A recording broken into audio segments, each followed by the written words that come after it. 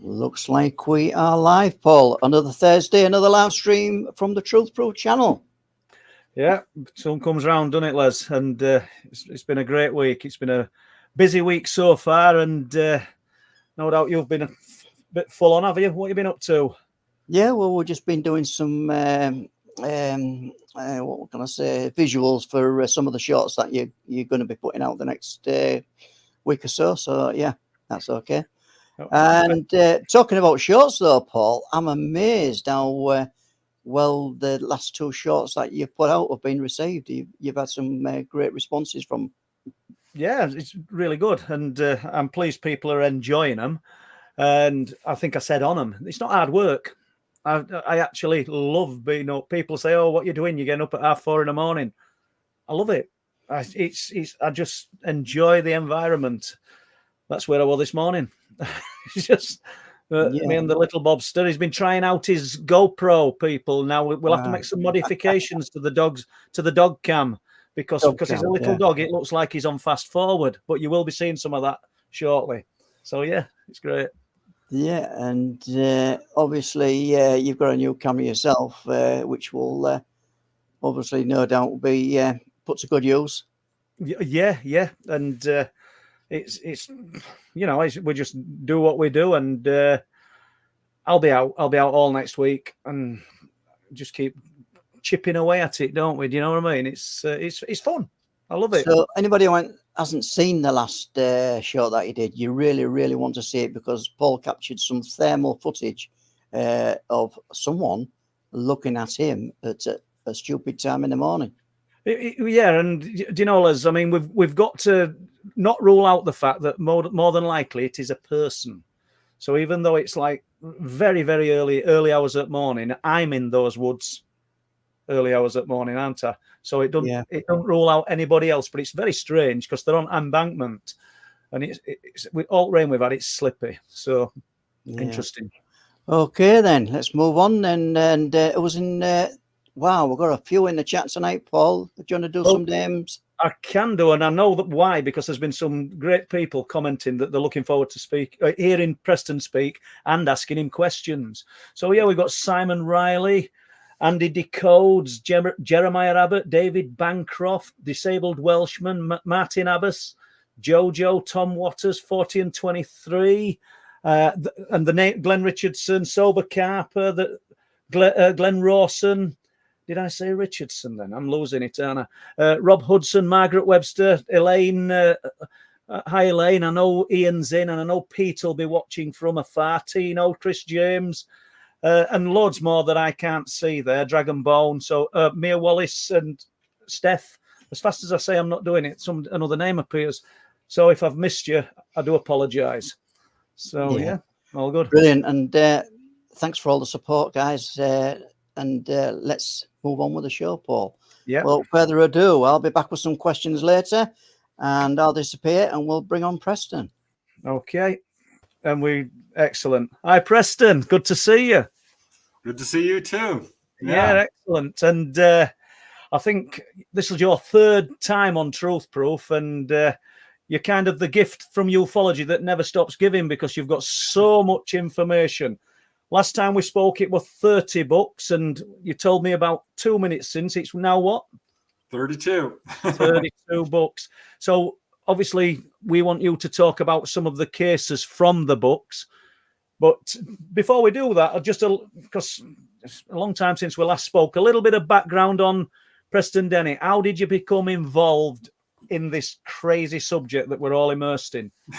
Yeah, I got dragged into it involuntarily, kicking and screaming, crying the whole way.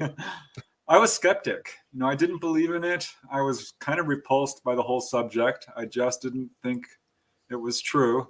I blame our governments for discrediting this subject and pulling a cover up on all of us.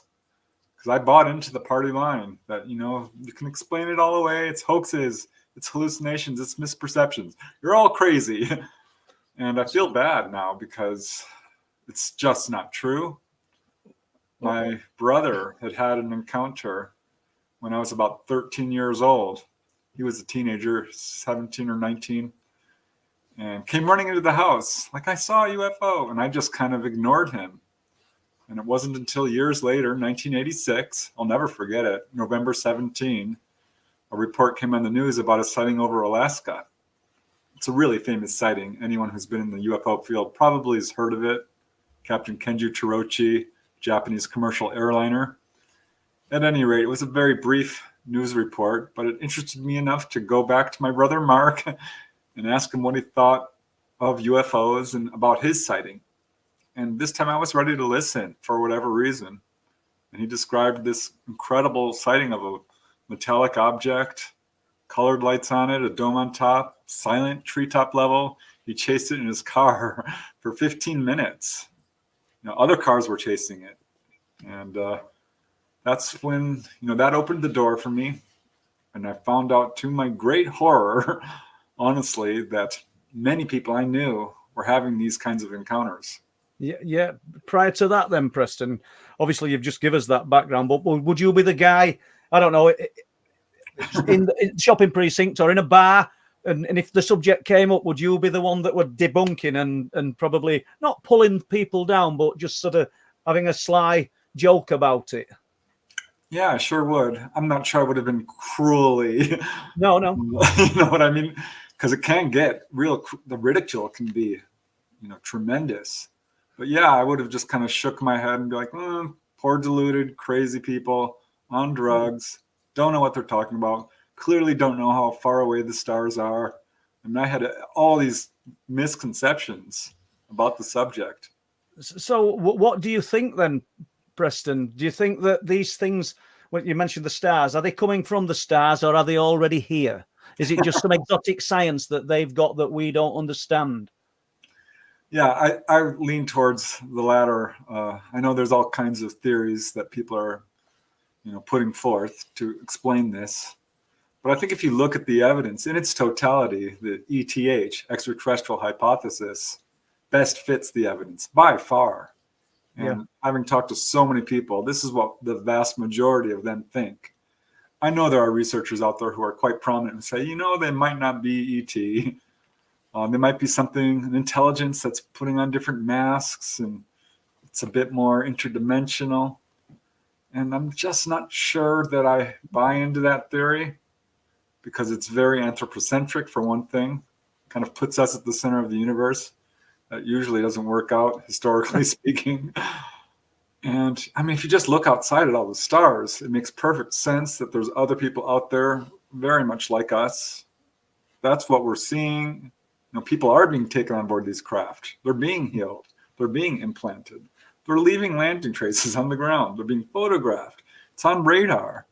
And what about the crash retrieval reports? I mean, that pretty much, if those are true, all bets are off. We know what these are. So what about then the kind of cross-pollination of all the subjects of the unexplained?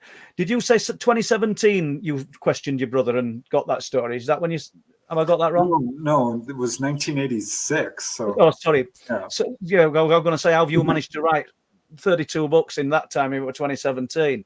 But are you seeing then, due to all the research that you've done, that there's an overlap with lots of different types of phenomena and not just the UFO as a singular? Yeah, I mean, I noticed that from the very beginning.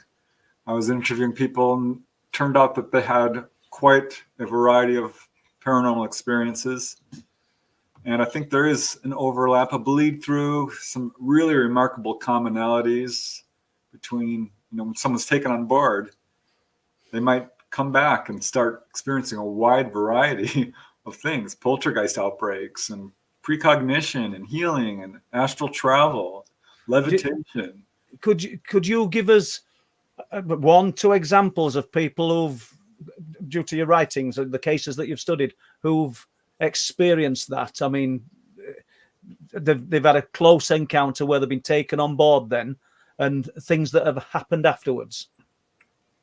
Yeah, I mean, this is more the rule than the exception. So there's, I could easily pull out 50, 100 examples. I do remember very clearly the very first case I got of that kind involved a gentleman, a radiologist by the name of Robert Murphy, who lived in canyon country, bordered the national forest of Los Angeles.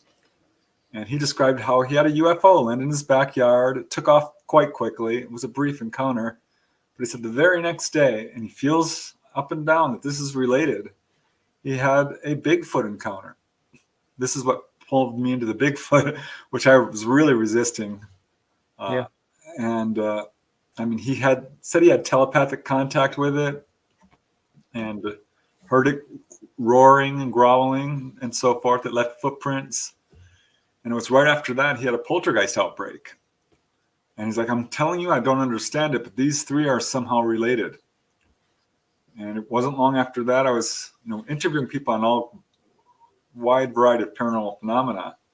I'd interviewed these two ladies who were living in a really haunted apartment in Van Nuys, California, and finally couldn't take it anymore. I mean, they had ghosts, apparitions, objects moving, smells, weird odors. Actually, a black apparition moved into one of them and tried to possess her. So this went full on all the way to a real, honest to God, demonic haunting is what it looked like to me. But they moved out and the activity plummeted. There were still little things going on, but it was about a week or two after they moved out that they had this dramatic UFO encounter right over their apartment of a V-shaped object with lights on it, hovering at very low level, filling the whole apartment with this buzzing noise. And they felt like it was somehow related to their haunting. So these were I'm like trying to sort this out. There's case after case after case of this.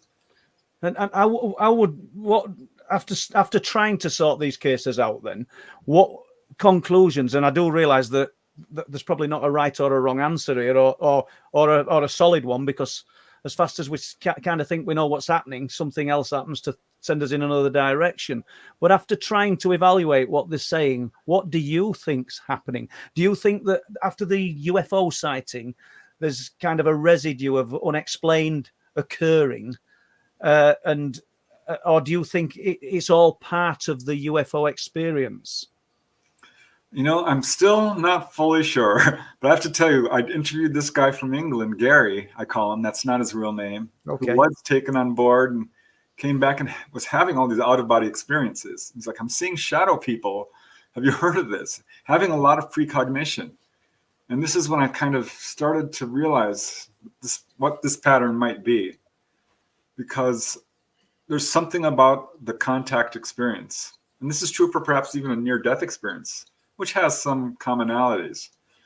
It wakes you up psychically. Yeah. And so this stuff might be going on all the time and you're just not aware of it.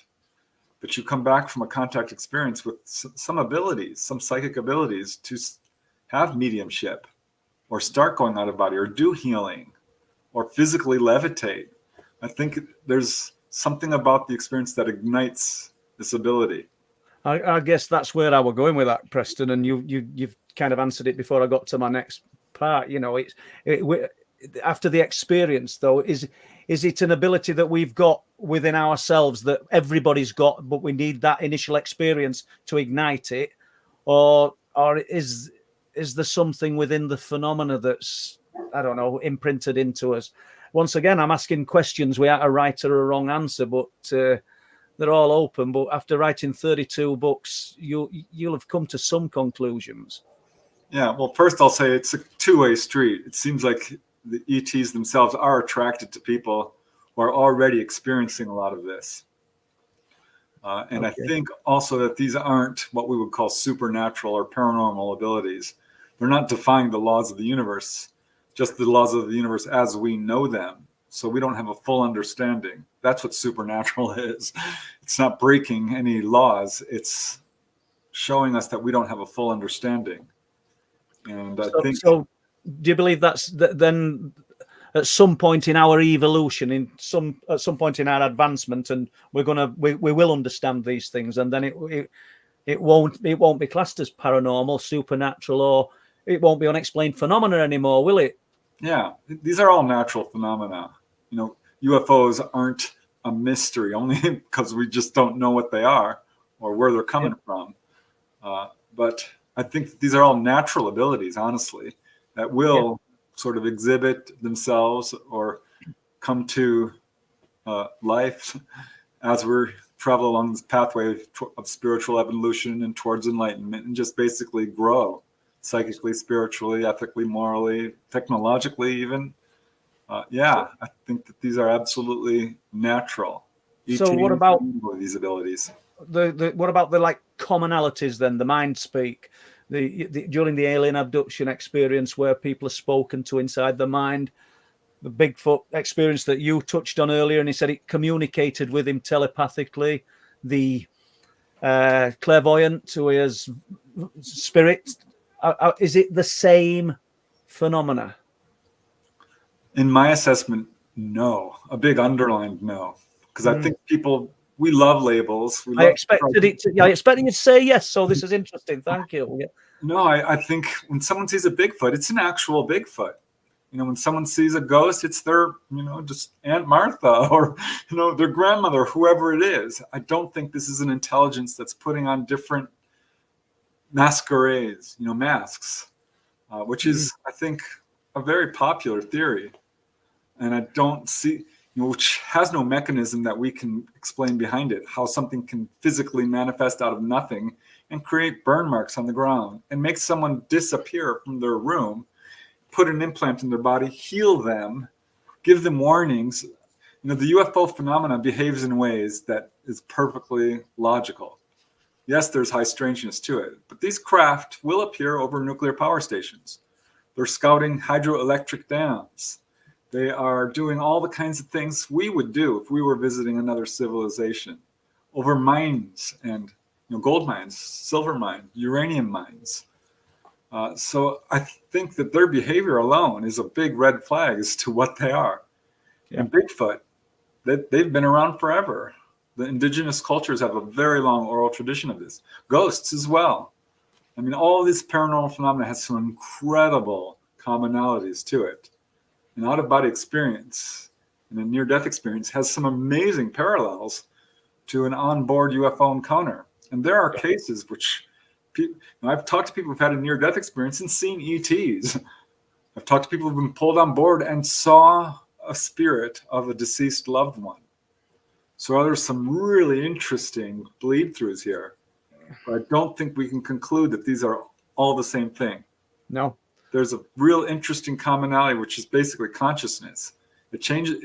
It's hard. I'm still trying to wrap it around. Yeah. You know what I mean? I think there's a lot of questions that still need to be answered. Well, it's clear consciousness plays a big role. You touched on so many things there: dams, nuclear power plants, all sorts of things.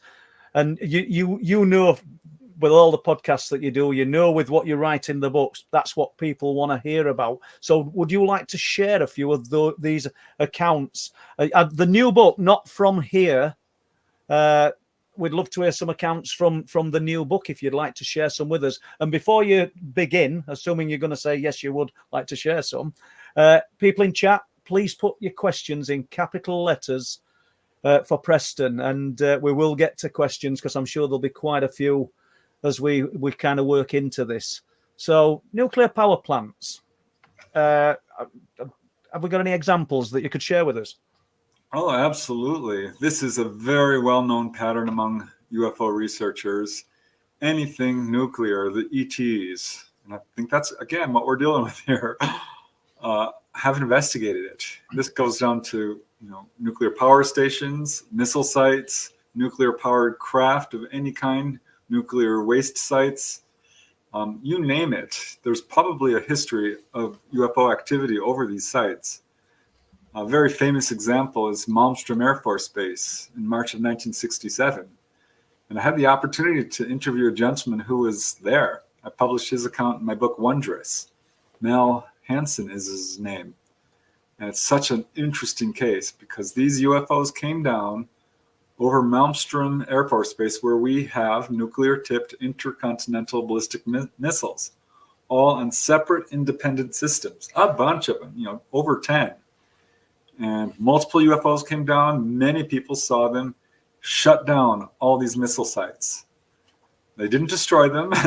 They didn't, take them away. It was, I think, clearly a message. But the gentleman I talked to, his story is so interesting because he was there on the ground at night at one of these missile sites when a UFO showed up right over the missile.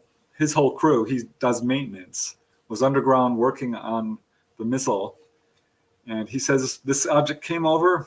It was dead quiet, covered a lot of the stars out. It was really large, very low. Couldn't tell quite how large it was or how low, but it was big and low. And he said it shut down the missile and went right back online because it has fail safes, as you would expect. It went back online with a diesel generator. Yeah. And that went offline. and then it went back online again with battery power. Because multiple fail safes, but that failed as well. And he called into the base itself, which is, this is a big area. So it takes him about 45 minutes to reach each site from the central base at Malmstrom. And they told him, don't get out of your Jeep, just stay there. We're sending someone over. We'll be there in 45 minutes. First thing he does, of course, is get out of the Jeep and look at it. He says he was with a guard who was frightened, shaking. And he looked up at this thing and it moved off. And they came, they picked him up, they left all their tools. They had to leave immediately, took him, and he was questioned all night for almost 24 hours. Told never, ever to talk about this. But this is just one case of many. I interviewed another gentleman real quick, if I may. No, I'm sure our listeners are just as interested as I am. You just fire away, Preston. It's great. Thank you. Yeah, I loved this other gentleman, Ray Sachs, contacted me, also a military officer in the Navy, as a young man was stationed on the USS Clamagore. This is a submarine with nuclear-tipped missiles, or torpedoes, I should say. And in 1971, he was heading up the east coast of the United States on the Clamagore, about 6 miles offshore, moving at about 12 knots. They were on the surface at night when a USO showed up and zoomed up at like 100 knots, way faster than the submarine can move. It was underwater and came right up next to the submarine, which, if you know anything about seafaring, you don't approach another ship or submarine to any closer than a quarter mile. It's far too dangerous. This came right up to it, totally silent, right below the water there. They couldn't quite see it. It was just so bright. Huge circle. Paced the submarine for 15 minutes. Now he's on there with another officer. He's an electronics engineer, an electrician's mate. And he said it paced them for 15 minutes while all the major ranking officers came up on top to take a look at it because they wanted to see it. No one could explain it. It did not appear on sonar. And after about 15 minutes, it darted off at about 70 knots, he said, in another direction. And this part is so interesting to me because the commander was on deck as the second in command as well. The second in command turns to the commander and says, "Sir, how would you like me to report this event in the log?" And the commander turned to him, this is according to the guy I interviewed, turned to him and said, "Officers who report this kind of event in the logbook do not move up in rank." So it went unreported, clearly. Yeah. I'm sure the vast majority do. But that's another good example of an object coming to investigate anything nuclear. Do you think that, like you just said, the vast majority go unreported or did?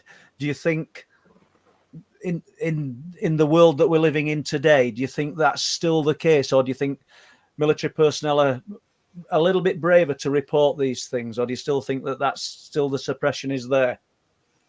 It's changing. There's no doubt. We've got a lot of whistleblowers coming out of the woodwork right now because as years pass, people, I think, feel a little bit of a duty to do their part towards truth and transparency and disclosure. So I think it's escalating for sure, but I'm pretty much certain still that the vast majority of people aren't talking because they are, a lot of them, under NDAs, non-disclosure agreements, and will lose their retirement, their pay, or possibly be imprisoned. Yeah. This is a real problem. It's still being covered up. I think we're hearing only the very tiny, tiny tip of the iceberg, particularly of Navy and Air Force encounters. I would agree, and now because of the work that you're doing, are you getting more and more reports? I suppose as a researcher years ago, you'd have craved the reports, and they may be coming in drips and drabs. But are you getting lots of reports at the moment from military personnel, or do you get quite a number? Not a whole lot. I'm getting a lot of reports from people. I mean, my emails are 400. I've got 400 that I'm still trying to catch up on. Yeah. So there's people are coming forth in droves. It's pretty rare. I get well, I won't say it's rare, but it's not nearly as common as your average. Perhaps that's not the right word, but a non-military person. But yeah, I always get really excited when I get a military witness, because I think it adds just a little bit of a level of credibility there. Yeah. I interviewed a Navy medic who had an encounter that was really incredible. I mean, he was taken on board. I interviewed another naval officer who was on the USS Long Beach. That's a nuclear-powered ship. They had an encounter. I interviewed a guy who was a submarine navigator. Yeah, you've got to tell us about a few of these, Preston. Unless you can't, the medic. The Navy medic, Kevin Cameron. Yeah, I really liked his story. God bless him. He recently passed away.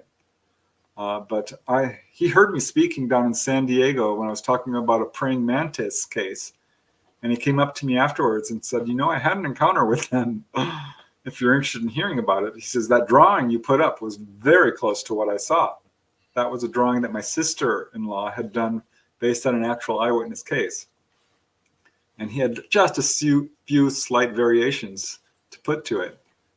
But long story short, he was on a ship with a bunkmate who, I won't use his real name, let's call him Peter. Wow. Said, I'm a contactee, Kevin. I've been taken on board. They've taken me to their planet. I've been in contact with these ETs since I was a kid. And Kevin, the guy I interviewed, says, oh, yeah, sure. If that's true, I'd like to meet your little green friends. And Peter said, okay, I'll see what I can do. Came back a few days later and said, well, I talked to them. They actually took me to your house. And he described Kevin's house in detail. So this made Kevin realize, well, there's something here, because there's no way Peter could know all these details, the shag carpet, the car, everything. And they said, yeah. Peter told him, the ET said they'll come and get you. Just be ready when I come and tell you that they're there. They're coming. And a few days passed, and it was lunchtime. Kevin was about to go on his lunch break, high noon.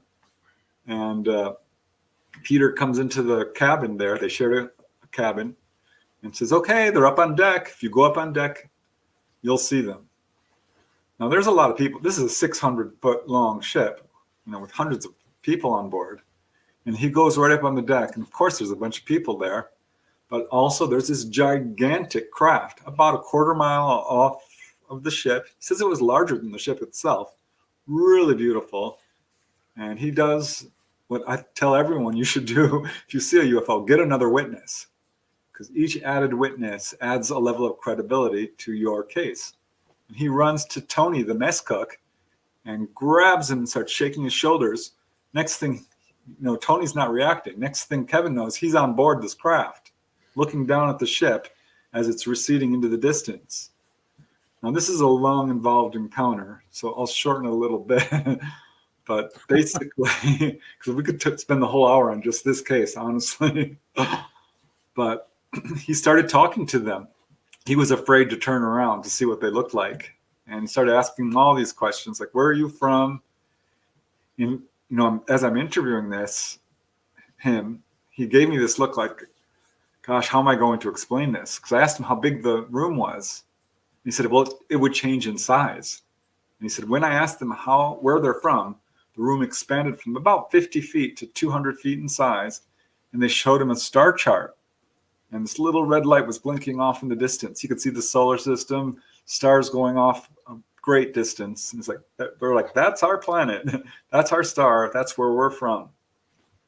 And he had this long conversation about what they eat. They know all the languages of our planet. They're very concerned about our use of nuclear weapons and so forth. Finally, he turns around to see what they look like and got a huge shock because they were 15-foot tall praying mantis. Now that's tall. I've heard a lot of cases from other people, and they usually describe 6 to 9 feet. And so I really questioned him on this. I'm like, are you sure? That's pretty tall. And he says, well, listen, one stood up, was sitting on this sort of seat, stood up, took 3 steps across the room, and stood right next to him. He said it was more than twice my height. He says, look at me, I'm over 6 feet tall. He's 6'2".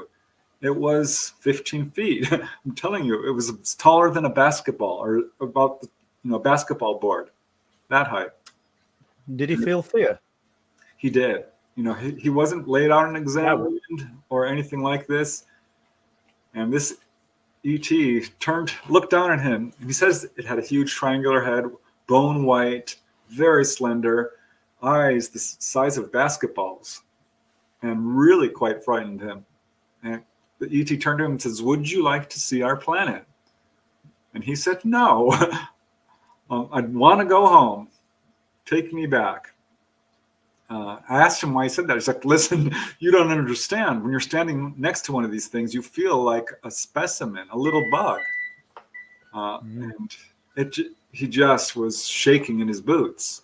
He says it actually nearly soiled his pants. He didn't use those words. He was very graphic about it. Was the communication audible then, or was it inside his head that he was communicating with them? It was a male voice, perfect English. And inside his head he could hear it, or externally? No, it's telepathic. It's almost always telepathic. It's pretty rare I hear someone describing actually hearing their voices. I've talked to people who have heard the Greys talking. It's high, squeaky, chirp-like, lots of clicks. But generally speaking, it's telepathic, and not always necessarily in words. It's more of a sense of knowing, or even images. Just staying with the nuclear warheads, and you said the fascination with them. Why disarm them? Is it just to show us, or show the governments of the world, the powers that be, what they're capable of?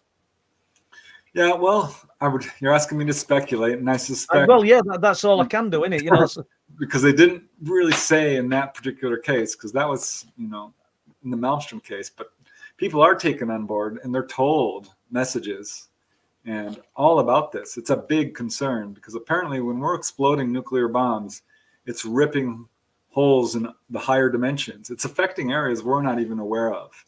Okay. ETs are fully aware that this has the potential to absolutely destroy all life on this planet permanently. So I think ultimately that's what they're doing. They're just warning us, and people have asked, why don't you just step down and take them all away from us? I'm like, we can't do that. This would be against the laws of karma. You have to learn your own lessons. Telling everyone what to do and how to live does not. Every parent knows this. You can't tie your children's shoes for them. They have to do it. Yeah. Everyone has to learn their lessons and deal with the consequences of their actions. So I think the ETs, and this coincides, I think there's really good evidence of this, because we started having a lot of onboard experiences coinciding exactly with the atomic age, right when we started exploding nuclear bombs and had the potential to destroy our planet. This is when the modern age of UFOs began. And it was shortly after that people started being pulled on board in large numbers. And the messages from ETs is almost always the same. I don't care if you're talking about grays or mantids or human-looking ETs or Nordics or tall whites or what have you. They're very concerned about our use of nuclear material in any capacity. Okay, thank you. What about cases? Have you looked into cases where people have said that these other beings are walking amongst us? Yeah, certainly. And I started wondering about that because there are reports of this. I remember when I wrote schoolyard UFO encounters. There was a case involving a lady at a high school in New York where she was approached by this gentleman who was a little strange looking with very pale skin, odd clothes, very kind of slanted eyes, wispy white hair, and was asking all kinds of strange questions that, you know, any person should have understood. And asked her, would you like to take a ride in my white car? And pointed to a field. And she's thinking, no, this guy's a creep. What's he talking about? I don't trust him. But he's standing there in front of the school. And she started to get the creep. She turned around and walked towards the door, quickly turned around to see where he was going. And he was gone. There's nowhere he could have gone. And some other classmates came up to her and like, who is that guy you were talking to? He looked really weird. She's like, I don't know. And it was a short time later, she went to a convenience store and saw him looking at her from the magazine rack and just staring at her with these weird, clear eyes. Witnesses always, this is one of the giveaways. It's their eyes. And she again got the creeps, and it was a short time later, she was pulled on board. And of course, who was on the craft was this being. So I started looking into cases. There's a case from John Hunter Gray, who was at a gas station when there was this short little man wearing a fisherman's cap, gloves, sunglasses. It wasn't that cold out. He should not be wearing all of this stuff. You couldn't see his skin, but he could see little beady eyes that were just a bit different. And he took off with his son. This is at Richland Center, Wisconsin. And this little guy who was, you know, not quite 5 feet tall, closer to 4 to 5 feet, got inside a Volkswagen Bug Beetle and followed them. And so he slowed down, and the guy had slowed down. He sped up, the guy sped up, suddenly turned off, and that's when a UFO landed, and he was pulled on board. And he always remembered that as being somehow related to his experience and wonders if that was an ET. Yeah. And there's a lot of cases like this of apparently ETs at casinos or, bus stations, train stations, bookstore. Whitley Strieber had a very famous incident where the editor of his book, Communion, had apparently an encounter at a New York City bookstore, you know, with Greys, of all things. I know how this must sound, but there's quite a few cases like this. Yeah, no, honestly, after reading and interviewing and being involved for so long, it really doesn't sound strange, and I shouldn't imagine there'll be lots of surprise on people in chat, you know, Preston, because everybody's looking for answers and ideas. Where do the MIBs fit into this then? I know I'm talking about aliens walking amongst us, but are they aliens? Because I know you will have covered cases of people who've claimed to have met the men in black. Yeah, you know, I have to tell you, I've got 1 or 2 cases of really what I would call the classic men in black. And there's a lot of conflation here between government agents, you know, and men in black. When you look at, you know, the movie Men in Black with Will Smith and the other guy, those are government agents, right? And people are calling them men in black. Well, that's not really the men in black phenomena. The men in black phenomena is something else, where apparently these roughly human-looking ETs, but have very pale skin and walk strange and talk strange and are seen driving black limousines, basically threaten witnesses, particularly in cases where they have some kind of really good evidence, whether it's a photograph or landing traces, an alien artifact. I have one case, really, of what I would call the classic Men in Black, where a Marine officer, well, he was a kid at the time, actually, but would become a Marine, had an encounter and then saw this black limousine driving along a cement river. He later found out, you know, there wasn't even enough room for this so-called limousine to be on. It was a ledge. And so, because he went back, he was very confused about the whole encounter. I don't know. I don't know what to think of them. No. John Keel wrote a lot about them, and there's books on this. But I'm on the fence about it because I interview a lot of people, and I just don't get these kinds of cases. So no. I don't know what to think of them. You know, when I'm not sure at year, but I wrote about it in book. I can't remember, book one or two, and I met a man only at the bottom of the road here with. It was so strange, full wraparound glasses on that were telling me. He stopped me and were telling me I was bringing down the light and all sorts of strange things. And we finally broke away from him. But I've often wondered what that man was. A really strange encounter. Well, I know we're here to talk to you, Preston, so I won't go into that. But, we talked about USOs and you talked about the interaction with boats and submarines. But what about have you got any encounters or accounts of divers encountering humanoid type entities below the waves, anything like that? A couple. I did interview a lady who went diving on the far side of Catalina Island, who suddenly felt like she couldn't breathe that well and came up. There was a huge UFO. She started hearing her name being called. Next thing she knows, she's pulled on board. It's one of the few cases I have, well, the only case I have of someone who's basically taken on board while diving by a USO, perhaps. I did talk to another gentleman who was diving off the coast of the Southern California and had a glowing small lighted object come zooming up to him, take a quick look, and off it went. He does not feel like this was a Navy drone or anything. He says it moved much too fast. He does have a history of encounters. Yeah. And he felt it was related to that. This does turn up.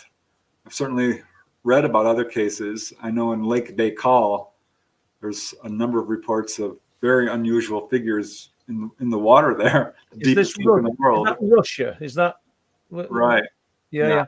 Lake Baikal in Russia is the deepest freshwater lake in the world, and it wouldn't surprise me if there's strange stuff going on in there, because the USOs are a thing.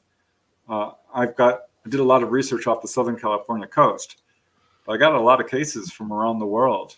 There was one guy from Arkansas who was on a boat in Lake Hamilton, a fairly large lake, who had this USO come up out of the water next to his speedboat.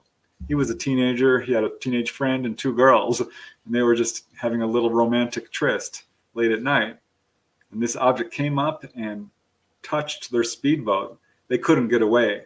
Next thing they know, it's gone. They're on another part of the lake, moving at like 60 miles per hour.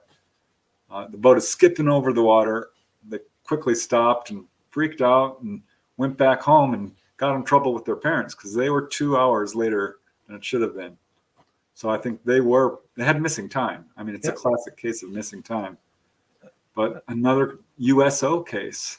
And do you find with cases like that with the missing time, are they constantly trying to piece together those gaps in the time? And do you ever, you'll receive a report, and due to talking to you and working through it, do you ever find that people do find little segments that they'd not put together previously? Oh, absolutely. Yeah, missing time is not uncommon when it comes to a very, very close encounter. Now, some people remember fully consciously. I did interview a lady, Dolly Saffron, wrote a whole book about her called Symmetry, because she was having missing time as a young girl and finally had enough of it.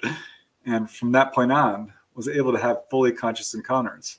And every now and then I'll run into someone who's what I would call a conscious contactee. But a lot of people aren't that way, and they have missing time. And often what happens is they'll immediately start having flashbacks. They'll immediately start having some dream recall. Or a year or two, or a couple of weeks, months, a year or two will go by, and there'll be what I call a trigger or a cue, something that reminds them of their encounter in some way. And all these memories come rushing back. And occasionally people will use, of course, regressive hypnosis. I usually discourage people from that, not because I don't think it works. I feel it does work. I think it's pretty well proven that it's quite effective, done correctly. But there's some dangers of what we would call false memory syndrome or leading the witness. Yeah. Frankly, there's just controversy surrounding it. And I generally only recommend that if a person has tried meditation and really writing everything down, because each time you write it down, you can slip in another tiny little detail and start to build up a pretty complete, report of what happened to you. Yeah. Do you think then that the people who have the experience and then get the flashbacks, do you tend to find that if they have to remember it fairly quickly after the event? Otherwise, unless there's one of these trigger moments, it's never going to come back to them. To some extent, I would say, yeah, I do agree with that. I think the sooner you start looking into it and really digging deep into it, the better your chances are. Yeah. But no, it's in there. It's in there somewhere. The ETs are not erasing people's memories. And the more research I do, I think it's a two-way street, because when someone's pulled on board and they're in a panic and they're not liking it, the ETs, it's not their goal to scare people. It's not their goal to disrupt a person's life. And so if this is causing some problems emotionally, they will cooperate with you and facilitate you to not remember this. So it's really ultimately our own responsibility. It's not the ETs. This is my assessment, that it's really us doing it ultimately. Yeah. So basically, if we don't remember, it's probably for our own good. Yeah, we'll remember when we're ready, I think. And if you really want to remember, you will. And there's a lot of. This is a pretty controversial aspect, but that's my assessment. What about the people who have bad experiences, adverse experiences? Have you covered any of that in your books? Because and there's nothing wrong with being positive, but a lot of it's positive. What you're talking about now, it's painting these beings in an almost angelic light. And is that how you see them? I will tell you that I've worked very hard to be objective. I'm very much a facts-only kind of guy. Yeah. And if someone reports what they believe a negative experience, that's their experience. It's not my job to interpret it. I will tell you that of several hundred people I've interviewed, I don't get what I would call overtly negative, horrific encounters. The worst I hear is people have a lot of fear with grays suddenly appearing and then finding themselves being examined and undressed, and they're fighting it the whole way. They're in a panic and they have missing time. And then they start having nightmares and fear of intruders and insomnia. And this is for them a negative experience. And I fully understand that. Well, it's a violation, really, in some respects, isn't it? Unless there's a valid reason that we're not privy to why it's being done. Yeah, well, that's the thing. I think when someone is in a complete panic and has a lot of fear, we're not perceiving entirely correctly. All right. Okay. And we're missing some of the best part of the encounter. Because generally speaking, if someone's pulled on board, it's going to happen again. And this is certainly the pattern I found. It starts very early in childhood. It's really quite not super scary for the most part for tiny little kids who don't have any fear or judgment or interpretations.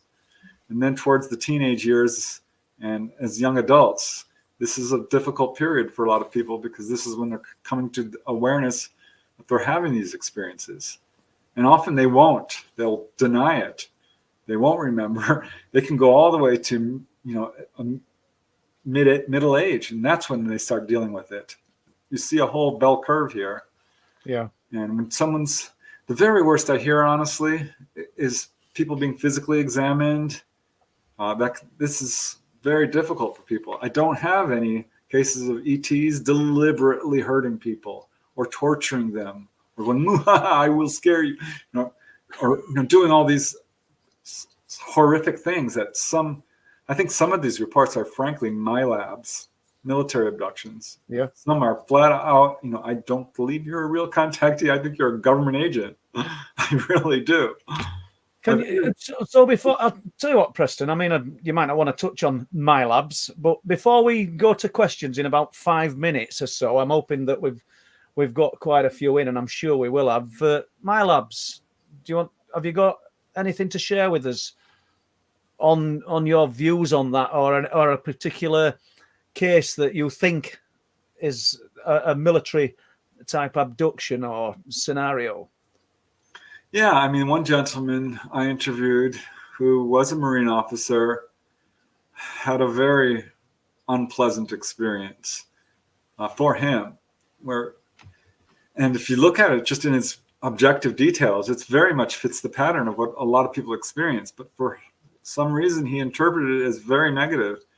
And he's a very religious guy, I will say. He thinks ultimately it was demonic. But he had an encounter while at Pendleton Army Base, I think, in Southern California, where he saw, quote, reptilian.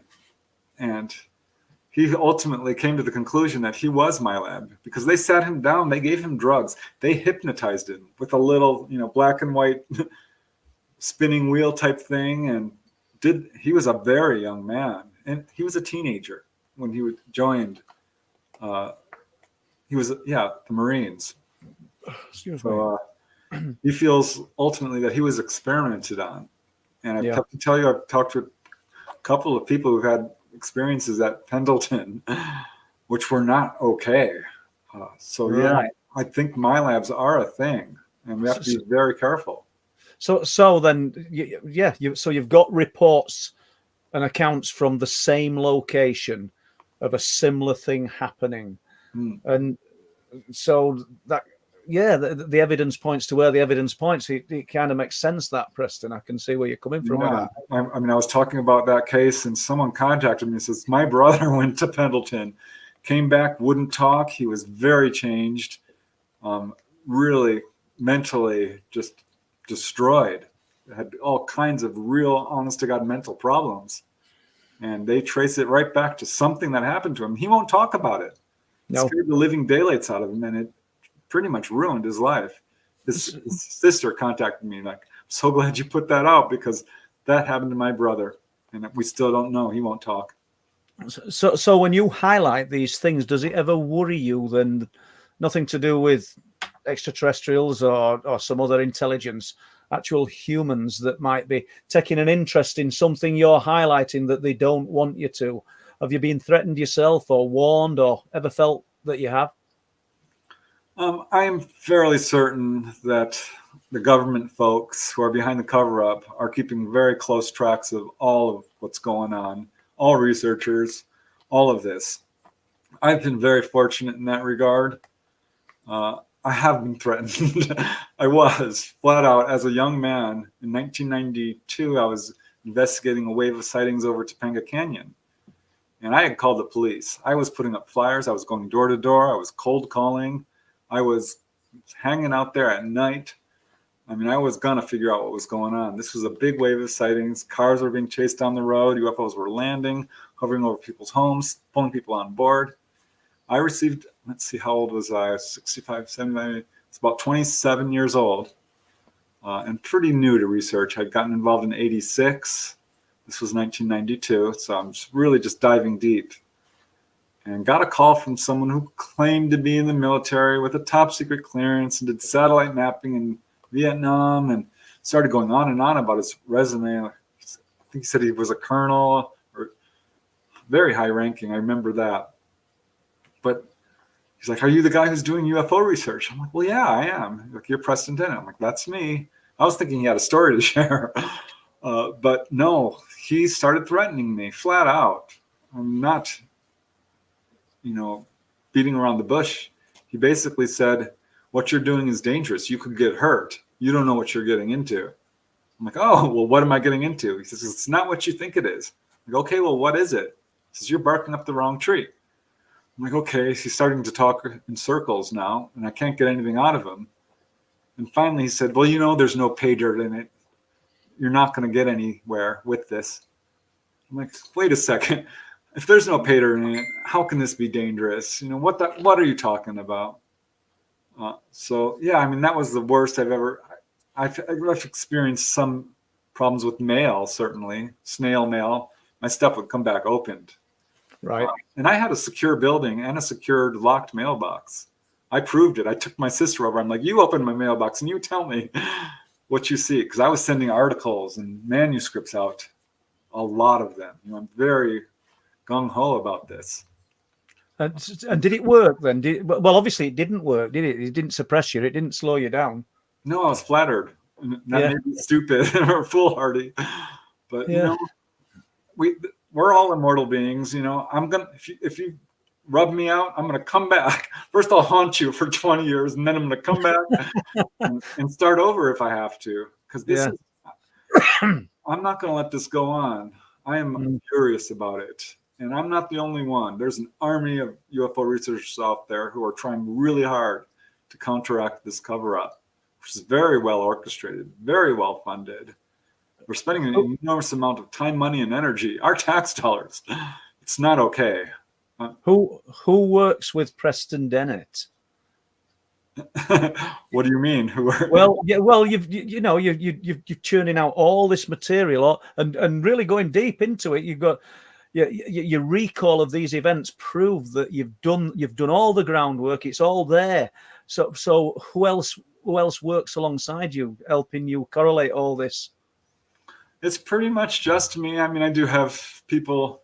I've certainly networked with other researchers, and bounce ideas off of them.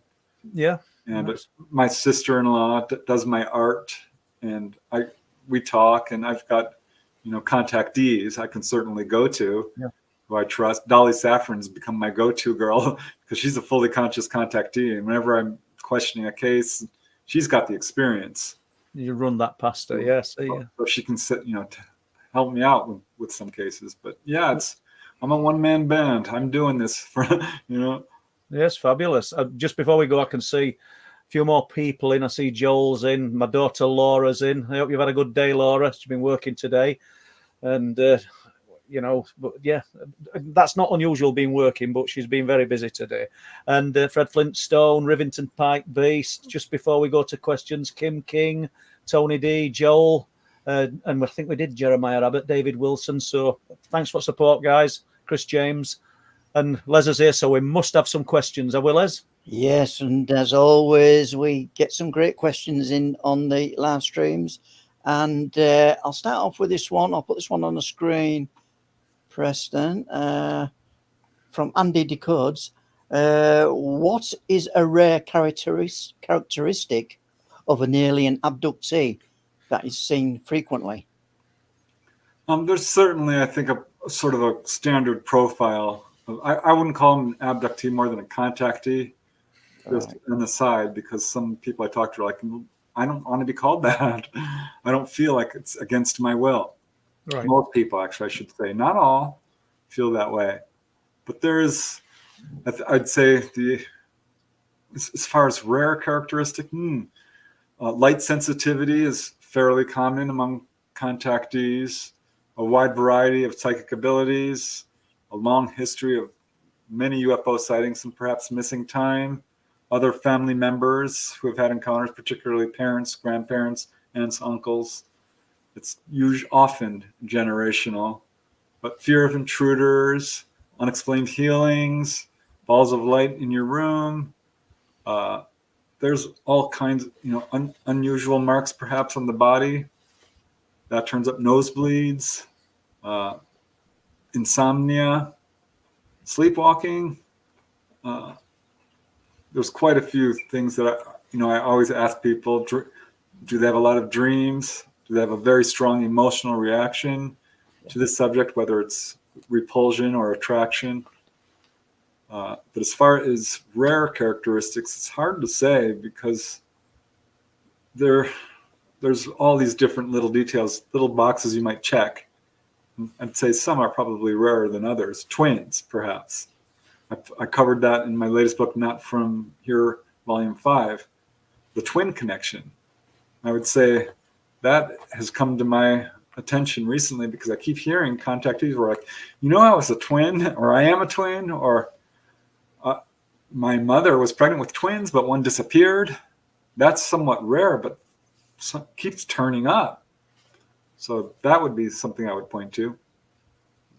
Okay. Great answer. Thank you. Yeah, great. Thanks, Preston. Chris James is asking, what about when you hear someone call your name?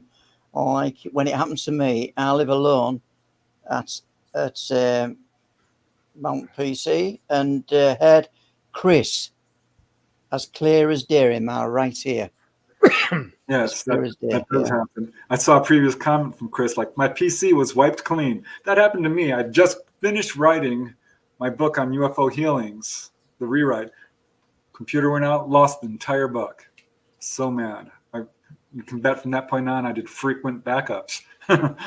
But yeah, it's something I have heard. Contactees will say that their name is called. And often what will happen is, well, not often, but certainly I've heard this a number of times. Someone will hear their name being called. They're walking through the house. It's usually telepathic, and go outside, or perhaps even be compelled to drive to a certain location, or go, just look outside even, and a UFO will appear. Or more rare, they'll have an onboard experience or a face-to-face encounter. ETs will communicate telepathically, and that is one of the ways they do it, just to sort of get your attention. One gentleman I interviewed, Jay Gardner from West Virginia, had this exact experience. His name was being called over and over. He's 12 years old and actually went outside, and there was a craft that had landed across the street. He was pulled on board. There was a human-looking ET. They put him into the control seat on the craft in the control room, and he was allowed to fly the craft, which, sounds crazy, but I got a lot of cases of that. And Dolly Saffron, that's her whole thing. So yeah, they will call your name when they're trying to contact you telepathically. Yeah. Thanks for that, Preston. I got a question from Lee Roscoe. I heard a story the other day. They put hundreds of cameras in the US desert to catch the paranormal.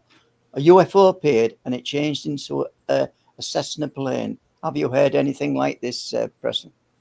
I have. As far as cameras in the desert, I don't know. I'm sure that doesn't surprise me one bit. But in terms of these objects sort of camouflaging themselves, oh yeah. I mean, they might appear as a cloud. Yeah. And then the cloud disappears and there's a craft and it goes back to a cloud. Or I've heard a number of cases where someone thought they were being followed by a car and was not a car, but had that appearance, or a helicopter, or a star-like object, or a plane, or really, there's a wide variety. I think this is related to the screen memory phenomena with direct contact, where people might come away from an encounter encountering an owl perhaps, or a deer, or with kids, a clown, or a superhero, or a Barbie doll, or a teddy bear, or cowboy. So yeah, they do seem to have this ability, but it's confusing at times because we have this thing psychologically. We overlay our own belief systems onto what we think we're seeing. Yeah. Or do you think that they could be showing it because they understand us? Could they be showing us what we want to see? What that's part of our belief system? Yeah, absolutely. Well, at the same time, we're looking at something and trying to decide what it is, and might just use our own, what? If you're in denial and you have something approach you that is out of your worldview, you could walk away from it. And this is on you, saying, well, I think it was a deer. When full well, deep down inside, it wasn't. Yeah. But it did have these dark eyes, and then you say it once, and then you stick to that story. But deep down inside, it wasn't. I think that happens. But yeah, they can absolutely. I talked to a lady who had an encounter on a desert highway. This is in my book, Humanoids and High Strangeness. And she had a friend with her, and they saw what they thought were jackrabbits, 20 or 30 of them lined up on the road in front of them. And of course, they turned around and they weren't jackrabbits. But that was, she had just talked to her friend, like, gosh, wouldn't it be cool if we saw some of those giant jackrabbits and hares, which are quite large in the southwest desert. So I think probably that was a case of them ETs saying, well, this might work. If we can reduce the fear factor, I think that's some of what goes on here. Yeah. Hard to say for sure, but yeah, that does come up. Right. I've got a question from myself, actually, Preston, and it's I just want to rewind you back to when you was talking about the nuclear warheads and the people who've been abducted and they get a commonality, and that is where they repeatedly said the Earth will be destroyed, or they get shown videos, or they get told telepathically, you shouldn't be doing this. Why is it? The obvious question is they're taking these people, which are, for want of a better phrase, low down the pecking order. Why don't they go to the leaders and bring them on board? I have every reason to believe they have. Ah. Honestly, I think that they contact every level of society. And one of the chapters, in fact, of the Not From Here series, I did a chapter called Take Me to Your Leader, and basically profiling cases of world leaders who've had contact of some kind. And there was a lot of them from all over the world. So I think that we're just the tip of the iceberg. Yeah, so what is it we're saying here, Preston? Is it falling on deaf ears because of all what's currently happening in the world now? Precisely. I think the ETs have warned our world leaders, made it very clear. And unfortunately, our world leaders were using the wrong word. They're not really leading, are they? They're controllers. They're, I don't know. Yeah, I'm not sure what the right word is for it. But I'm not convinced they have our best interests in mind in terms of humanity. Well, obviously, we're doing questions still, but world leaders, we can probably pick up on a few of those examples when we've done the questions, if you won't mind. That's fascinating.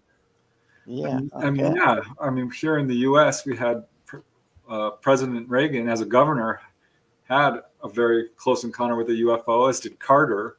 Well, I hope. Do you mind sharing a few of them after we've done these questions, Preston? Sure. Yeah, brilliant. Thank you. Yeah. I'll bring this question on. Another question from Lee Roscoe. Preston, in all the UFO research you have ever done, are there similarities in all the accounts seen or heard? I know you kind of sort of like touched on this a little bit earlier, Preston. Yeah. Commonalities, yeah. The average onboard encounter, for example, follows a fairly set pattern where a person is taken on board, and most likely you're going to experience a physical exam. That's very common. Usually that's when a healing will take place. And if you're not in complete terror or panic, you probably won't have missing time, or at least remember some of it. And they'll take you down to the engine room. This is often happens. And they will basically describe how they power their craft, which is usually along electromagnetic lines, anti-gravity, harnessing the magnetic field lines, gravitational field lines of our planet, this sort of thing. They'll take you up to the control room, explain how they actually fly the craft, which is almost always somehow connected to psychic ability. Grant Cameron just put a book about this called Sky Pilots. He says every single case he has, these craft are flown psychically, which is exactly what Dolly Safran was told and learned, actually. So they will do that. I've got a number of cases of this. They will take you to what I would call the observation deck, or just a room, or the side of the craft, and open it up like level or blinds or something. Make it transparent, and they will show you most often a star field. Second would be the Earth far below. Third after that would be the moon. Quite a few cases of that. Fourth would be the planet Saturn or other planets in our solar system. And if you're very lucky, they will show you another planet. But that does turn up. I've interviewed quite a few people. Another very strong commonality, which we already touched on, is warnings and messages. They will warn about nuclear power, but also greed and corruption, war and aggression, pollution, the destruction of the environment. It almost sounds biblical, though, doesn't it? It's giving us warnings and a code in which they want us to live by. Well, I think that they see we're on the wrong path, and if we listen to these messages, well, it's all happening now, isn't it? So it's not like they're just talking out of one side of their mouth. I thought you were going to say something else then. But but you're right. But you're spot on. And I think it behooves us to listen to what they're saying. Yeah. Because we are clearly on the wrong path, and it's not sustainable. But another very prominent pattern is psychic ability. Contactees, as a general rule, are profoundly psychic. So it follows a pretty set pattern. And then you're returned, and hopefully you have healing that you can report, or a pretty complete memory. And that's where I think a lot of people fall short, because it's very easy to forget this stuff. It's almost like a dream in some ways. Mm. You know how difficult a dream can just slip away from you. Yeah, sure. There's a similarity there. And hence the triggers months, weeks, and sometimes years later that just reignite these events. But it's fascinating. Just before we go to the next question, Les, because I want to, in case you don't mention the name again, Preston, Dolly Saffron. This is the contactee or the lady that you've done a lot of work with. Does she do podcasts? Because she sounds like she's interesting. Would she be a person to talk to? Yeah, I think she probably would absolutely like to be interviewed. She decided to come out because she doesn't like the way that the contact experience is being portrayed. It's not accurate. I agree with her. She's got a lot of information to share. I can ask her, but I'm pretty much. Please do, yeah. Yep. Okay then. Well, it is with another one, Les. Yeah, I've got a question from Kim King. Has Preston learned any more about the World War II fighter plane that hung over Long Beach Airport in a heavy mist, the entirety of a 20-minute traffic jam back in the 1990s? You know, I don't know that I've even heard of that.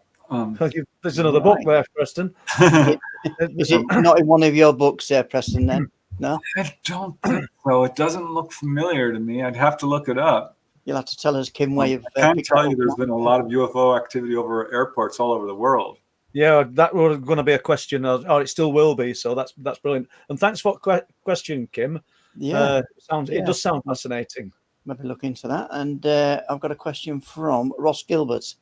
Thanks for the question, Ross. I'm a reenactor of World War I and World War II.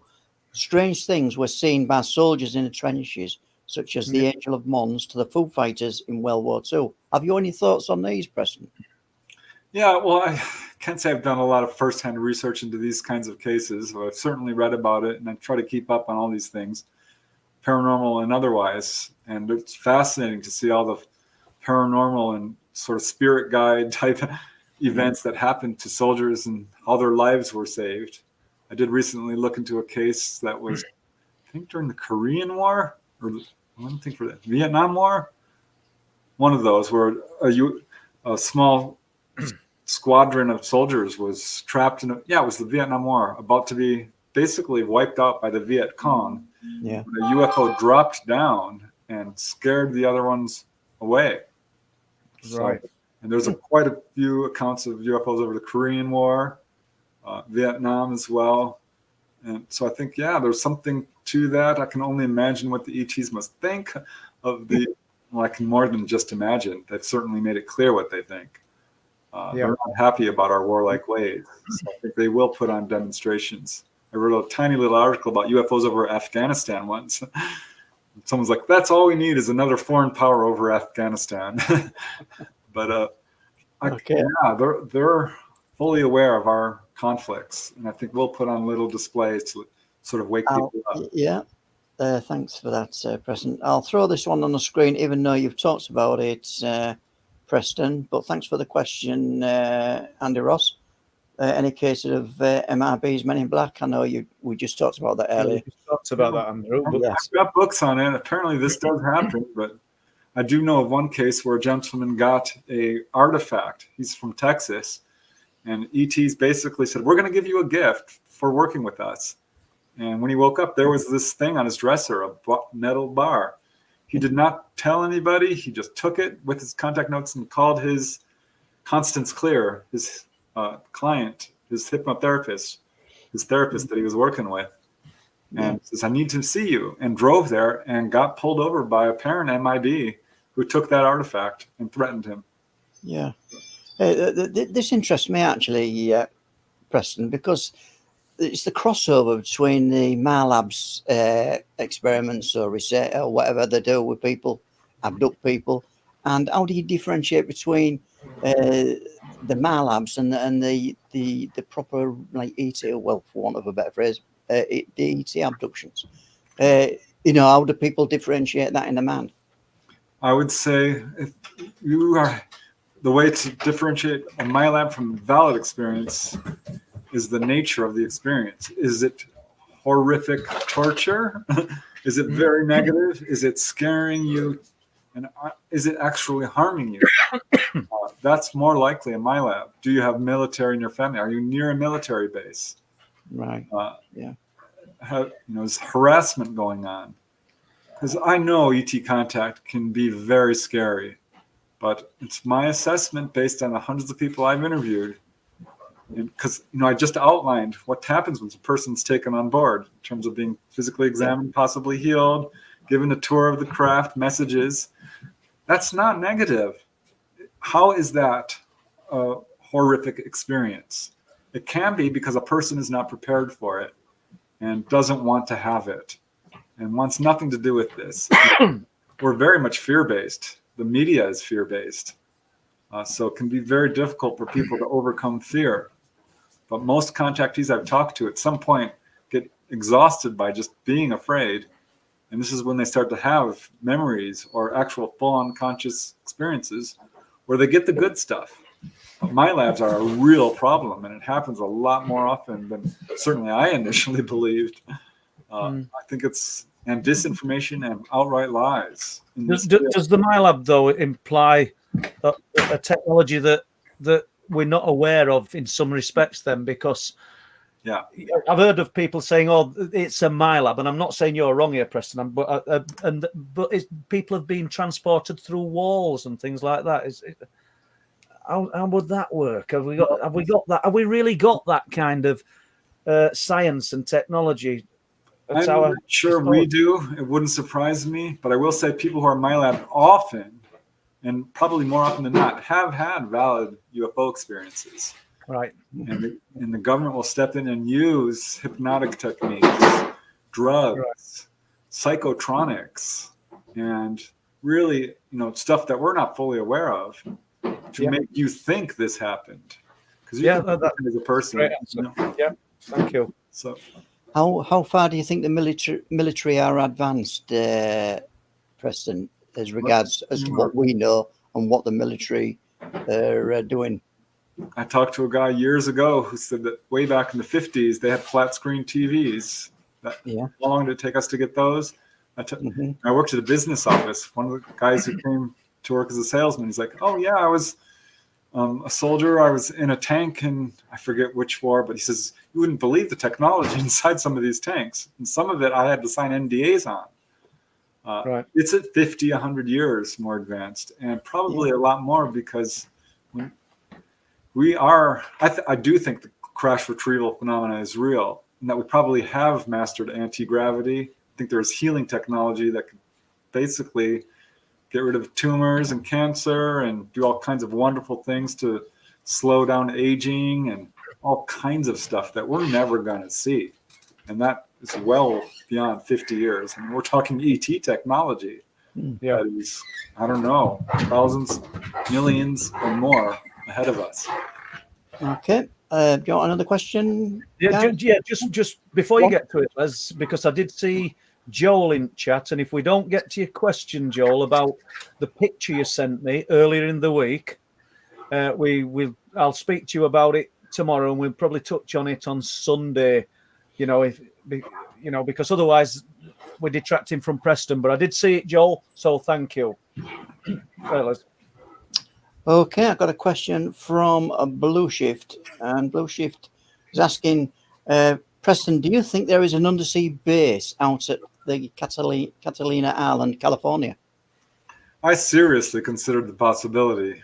Right. We started getting so many reports. It's up to about 200 reports of USOs in this area. And not just one or two in some of these cases, 10 or 20, a couple involving 100. Yeah. And there were some people I interviewed. Yeah. In what span of time, though, the 100 or the 200? What time span are we talking about there? Well, one involving 100 craft occurred on one night, June 14th, 1992. Wow. Another was in 2013. But a number of cases involving 20 or 30 or 50. Quite a few, actually. Now, this is the Santa Catalina Channel, a stretch of water, which is quite deep in this area. I mean, it's not quite 2 kilometers or, about a mile, 5,000 feet. 3,000 average depth. So there's quite a bit of space there where UFOs, USOs could hide. And I very seriously consider the possibility of an undersea base, because there are some people who say they went into what they felt was some sort of a construction underground or underwater. I don't know. I'm now a little bit leaning towards the idea that probably not.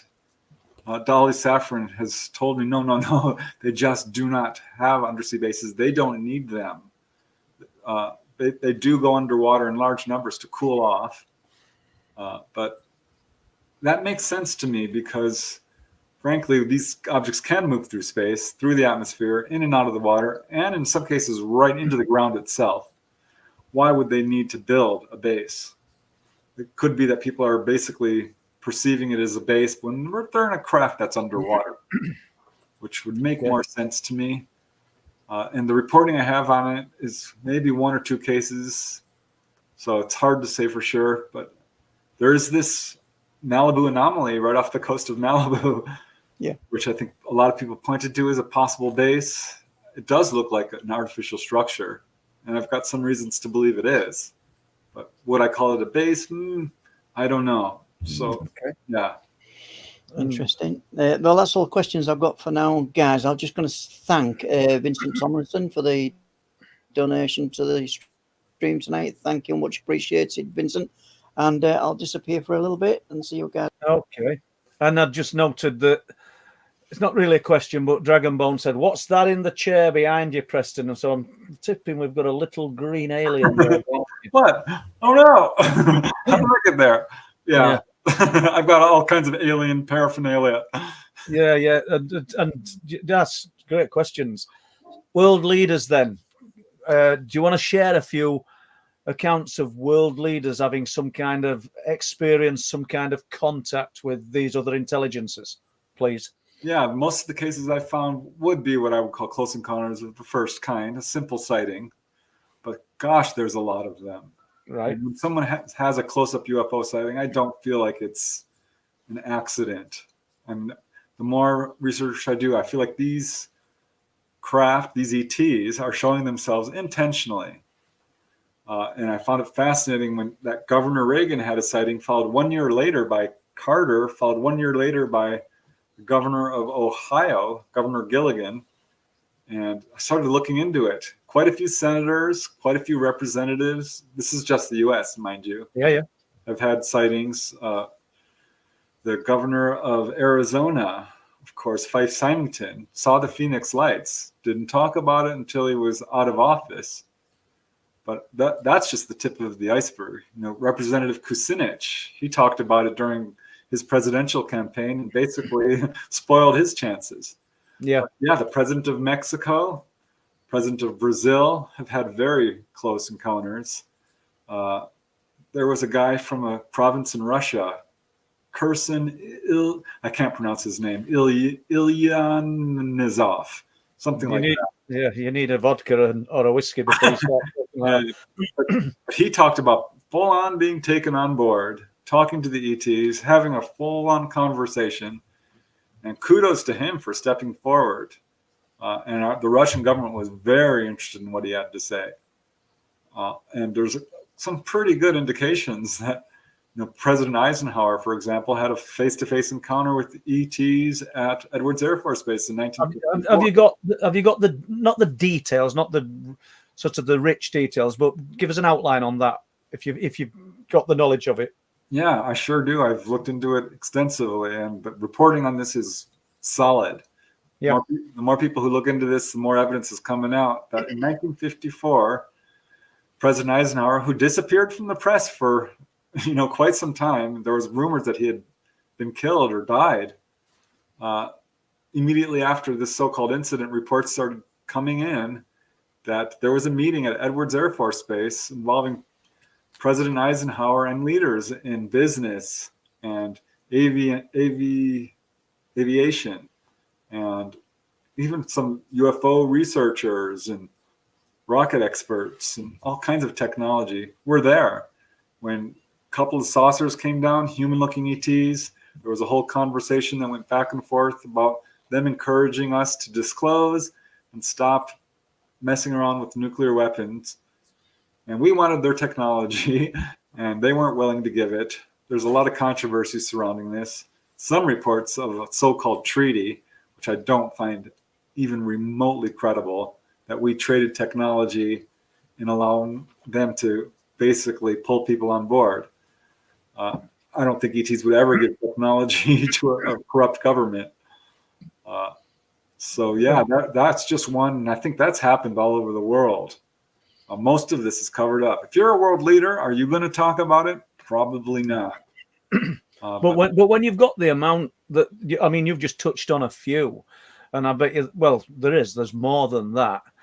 You would think the populace would just shake their heads and come to the senses and realize that what you're talking about, even if we don't agree on everything that Preston Dennett says or everything Paul Sinclair says or people in chat, that this is real. Yet still we're kind of hitting this brick wall of denial from everywhere for a subject that, I don't know, that's of no importance. There's a lot of importance, sort of an attention paid to it on a covert level, and we find a lot of times we find this out years and years later, which is sad, really, Preston, isn't it? But what about President Reagan's encounter or sighting then? I've heard about it, but I don't know what it was. I've no knowledge of it. I just knew that he'd had a sighting of a UFO. Is that all it was? Well, it depends who you talk to. Okay. He apparently did have a very close-up sighting of a UFO while flying with his wife and a couple of other people. He talked about it to a mainstream reporter, kind of realized what he was saying when the reporter asked him, so you're saying UFOs are real and you had an encounter with them? And he backpedaled a little bit. Right. But according to some reports, he had more than that, a possible onboard experience, which he shared privately to, I think it was Lucille Ball and other celebrities at a party in the Hollywood Hills. And this is, of course, he didn't talk about it, so it's pure hearsay, technically, which, we can't really place too much credence on. But it's certainly interesting, to say the least, because that's true. And, of course, President Nixon, the whole story of him seeing ET bodies with Jackie Gleason at Homestead Air Force Base is another example of that. There's a lot more going on behind the scenes than we're aware of. And it kind of shows how, all right, the most powerful, or one of the most powerful men on the planet, claims that he's seen a UFO or had some kind of experience. But in a way, they're just puppets, aren't they? Because they can't access that information, or if they can, they're not doing. So they're being worked by a much higher power within the echelons of government. Would you say that's true? Yeah, and I think people who move into government, whether you're a senator or a representative or the president, get a real wake-up call when you realize, well, you know what? That's not who is really running the country. Ultimately, it's the Pentagon, it's the non-elected officials, the highest levels of the military-industrial complex, the one percenters, the cabal, call them what you will, the secret government. I think we're all in the grips of trying to shake free from the control of them. And that's the ET threat, by the way. The ET threat is to their power structure, to their control of the narrative, to their greed, to their money. And I think that we're really shaking in their boots right now, because people are becoming aware that, this is not quite democratic as we thought it was in terms of, truth and transparency, certainly. Yeah, I would agree. So jumping away from that, you talked about residue. After people have had contact, what examples have you got that people have, physical marks, prints that show up on, is it UV light, black light? Have you got any, or have you done any research on that at all? Yeah, that certainly has turned up. I don't have a whole lot of cases of it. Not everyone has a black light, and so it's difficult to follow up on that for a lot of people. But I do have 4 cases or so of that, quite a few cases of healings, but I focus my research on that. I love those cases because they get real. Share some with them, Preston. Yeah, the healing ones. Is this healing during an encounter, or they're healed obviously afterwards, or people who've come back with abilities that they could actually heal someone after being in the presence of these beings, or is it both? It's both, and it's remarkable. One lady I talked to who had an encounter on Catalina Island with a group of people, two who are very famous, mega famous, by the way. They're not coming forward. It's such a shame, because you would know who they are. At any rate, she at the time was a struggling actress and decided after her encounter she's not doing that. She's going to do healing, and actually met with her because she has testimonials of people she's healed. And she was doing her Reiki kind of stuff on me. And darned if I did not see kind of pink, pastel, green lights coming out of her hands. I rubbed my eyes. I'm like, gosh, I'm seeing things. And finally, I just told her, I'm like, I think I'm seeing lights coming out of your hands. She's like, oh, you do see it. Okay, some people do, some people don't. But she was healed of eczema. They healed her, and she said, I felt like I could do healing. Another lady I talked to, a telephone operator, Pat Brown, had the same thing. She quit her job and became a massage therapist and has all these testimonials, and blue light comes out of her hands. And she says when she's doing it, she can see the grays in her mind's eye, facilitating her healing abilities. But another contactee I talked to, she healed someone of gestational diabetes, and another person was in a coma, did laying on of hands and brought this person out of the coma. She was healed of a cyst in her fallopian tubes. Boy, did that freak out the doctors, who absolutely wanted to know why she had surgery before coming in to have this tumor, the cyst, removed.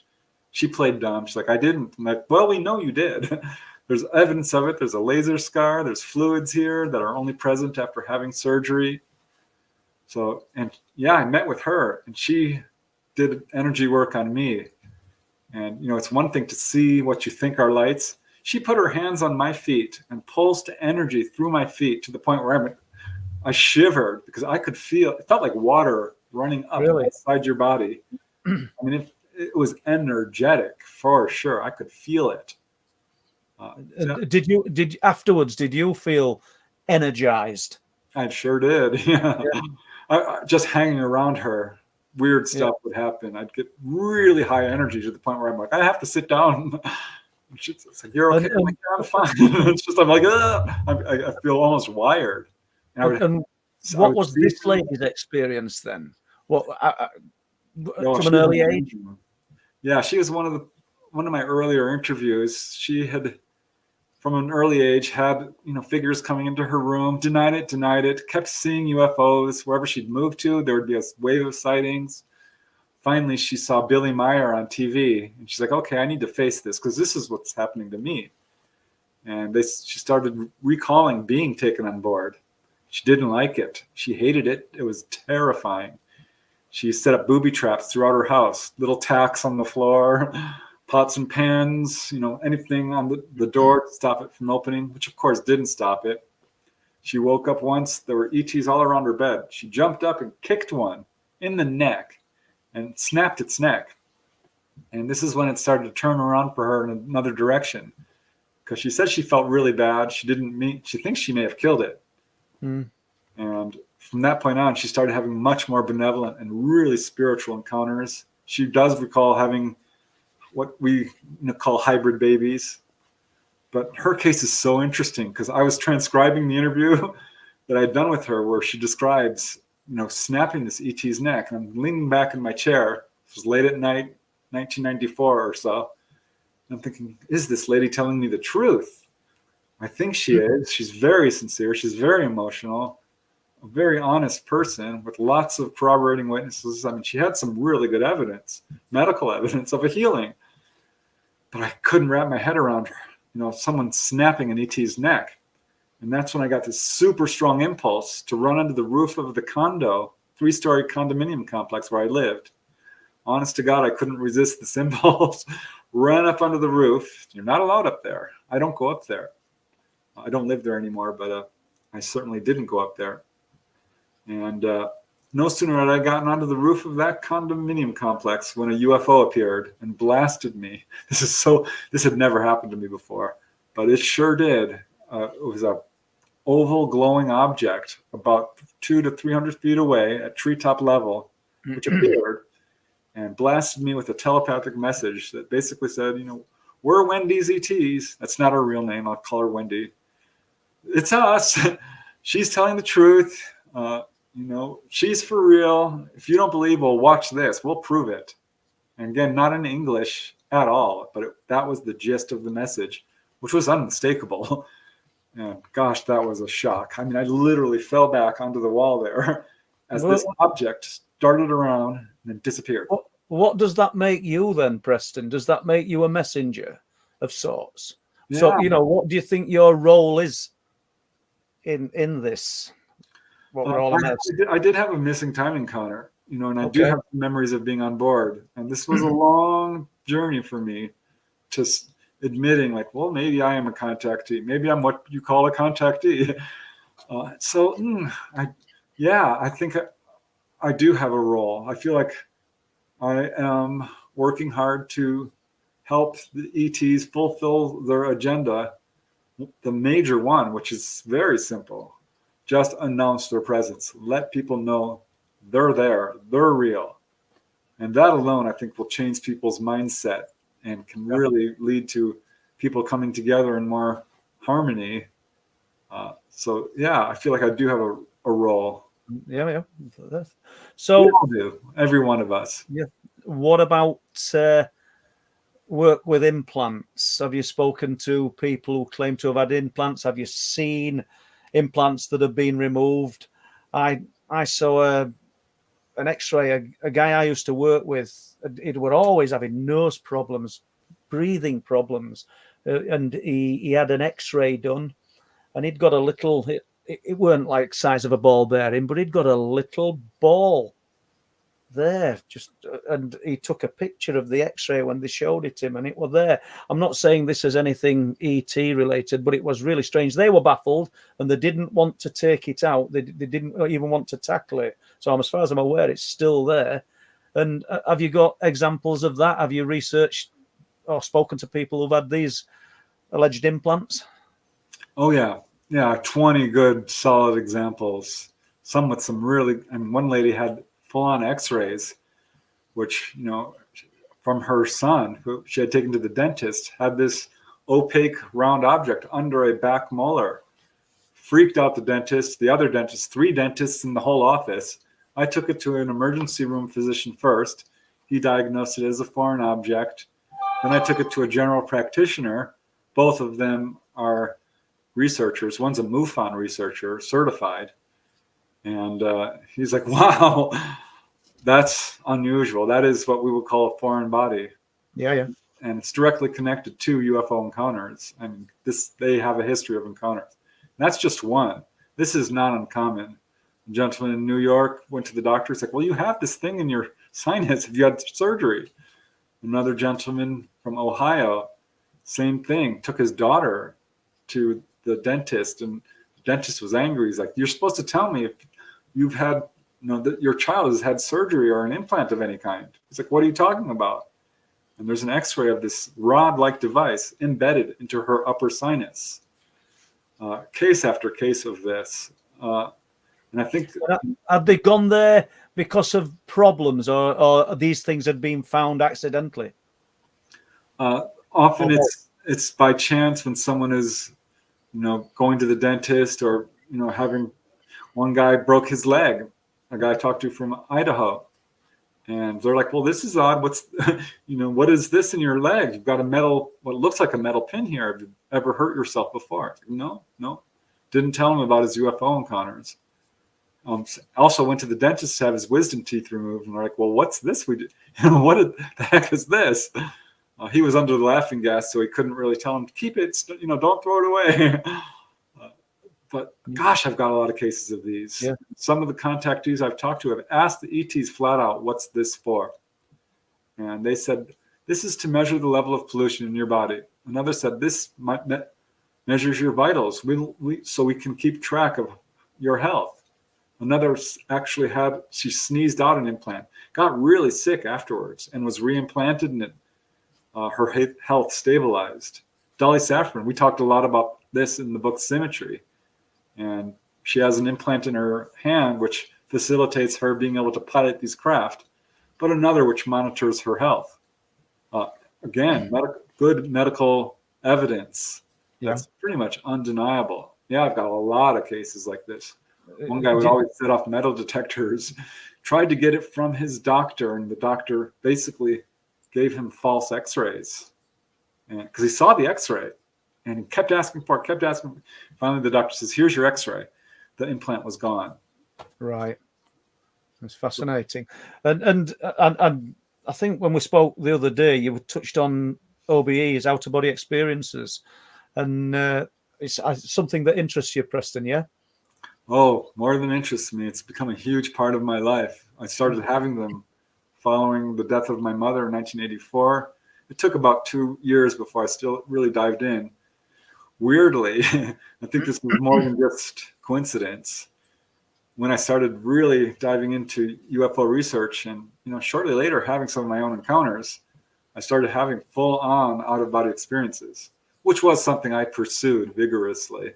Can you share some of that with us? It's fascinating. Yeah, after having seen my mother's spirit after she passed on, and then feeling like she was visiting me during my dreams, I started to become real conflicted because I didn't believe in life after death, but I knew she was visiting me just by the quality of her presence. So I was at a crossroads where I had to decide whether I was going crazy or whether this was real. And so I did research and found Robert Monroe's book, Out of Body Journeys and Far Journeys. And he basically described his own experiences and said, you can do it too if you want, and here's how. And so I pursued that, and I meditated, and I did the visualizations and affirmations and the exercises he outlined, and it worked. It took me about 2 months, less actually, before I had my first OBE, which was really brief. I suddenly started, I laid down in bed, my body started vibrating like a rattlesnake. I thought I was being electrocuted, honestly. I thought I'd stuck my finger in the light socket next to my bed. But I did it. I popped out of body, and it was thrilling. It was the most amazing thing ever. I was so excited, I got immediately pulled back in. But I'm like, I'm going to try this again, and did it the next weekend. I could do it when I sleep late on weekends, and started doing it at least once or twice a week, and got really good at it. It took me a year before I could stay out more than a few seconds or a minute. Then I started exploring the house first, because it's a little scary at first, and you really need to learn how to move and see and control it, maintain it. But I started, walking through walls and exploring the neighborhood and visiting family and friends. And eventually you get pulled to the other side, which is the natural habitat for the astral body, where we all go when we die. And it was it's the most beautiful place you can imagine. It is heaven. It's the heavenly realms, and it sparkles. It's the real world. This is a pale copy. Their colors are much more vibrant. You're much more alive. You're much more aware. It's very much like here in terms of trees and flowers and such, but 100 times more beautiful. You can fly. You can do telepathy, telekinesis, teleportation. You can visit past lives. That became a whole exploration. You can visit enlightened masters, all your deceased loved ones, including pets. You can go to healing temples, the Akashic Library. You may have heard of that. The stuff you can do is off the charts, amazing. I cannot recommend this enough. Do you still practice this? Yes, I do, and it's so much fun. Because I've lost a lot of people over the years. Recently I lost my brother, but my nephew, my other brother, both parents, my best friend. And it is incredibly comforting when you can go and visit them and talk to them and learn stuff about what they're doing and their adventure on the other side. It is so cool. It is just the most amazing thing ever. And is this then, Preston, because I'm learning here, is this the soul that's leaving the physical? Yeah. We talk about astral projection. You can leave your body in what we call the dream body or the astral body. the truth is the astral body is the real body, and you are projecting down here into a temporary three-dimensional physical body of flesh, blood, and bone for just a short time.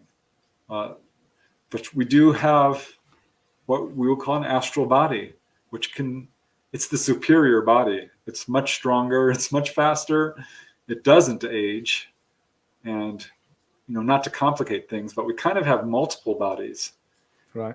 But that's also a bit of a misnomer because they're all essentially the same or part of the same organism, as I've come to learn, with just different gradations or aspects to it.